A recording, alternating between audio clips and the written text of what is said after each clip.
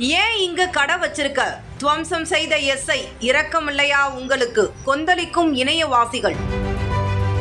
புதுக்கோட்டை மாவட்டத்தில் முதியவரின் கடையை காவல் ஆய்வாளர் காலால் எட்டி உதைத்த சம்பவம் பெரும் சர்ச்சையை ஏற்படுத்தியுள்ளது. புதுக்கோட்டை மாவட்டம் திருமயம் அருகே உள்ள நெய்வாசல் பகுதியில் நடைபெற்ற ஜல்லிக்கட்டு, மஞ்சு விரட்டு உள்ளிட்ட விளையாட்டுகள் நடைபெற்றது. திருமயம் காவல் சரகத்துக்கு உட்பட்ட நெய்வாசல் கிராமத்தில் அனுமதியுடன் ஜல்லிக்கட்டு நடைபெற்றதாக தகவல் வெளியாகியுள்ளது. இதற்காக பல்வேறு ஊர்களில் இருந்து காளைகள் கொண்டு வரப்பட்டிருந்தன. இந்நிலையில் ஜல்லிக்கட்டு நடைபெறும் இடத்திலிருந்து சிறிது தூரத்தில் வாகனங்களில் கொண்டு வரப்பட்ட சில காளைகளை பொதுவெளியில் பாதுகாப்பற்ற முறையில் மஞ்சு விரட்டு நடத்த முயற்சி செய்யப்பட்டதாக கூறப்படுகிறது. இதனை கவனித்த காவல்துறையினர் அனுமதி மற்றும் போதிய பாதுகாப்பு இன்றி நிகழ்ச்சி நடத்தப்படக்கூடாது என்று எச்சரித்து நடவடிக்கை எடுத்தனர். மஞ்சு விரட்டு நடைபெறவிருந்ததால் அப்பகுதியில் ஒரு முதியவர் தண்ணீர் பாட்டில்கள், பழங்கள், கூழ் பானங்கள் உள்ளிட்ட பொருட்களை வைத்து தற்காலிக கடை அமைத்திருந்தார்.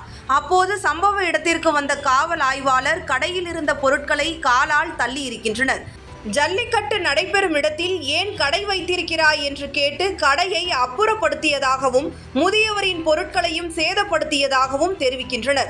இந்த சம்பவத்தில் அதிகாரியின் நடவடிக்கையால் பல்வேறு சர்ச்சைகள் எழுந்துள்ளன.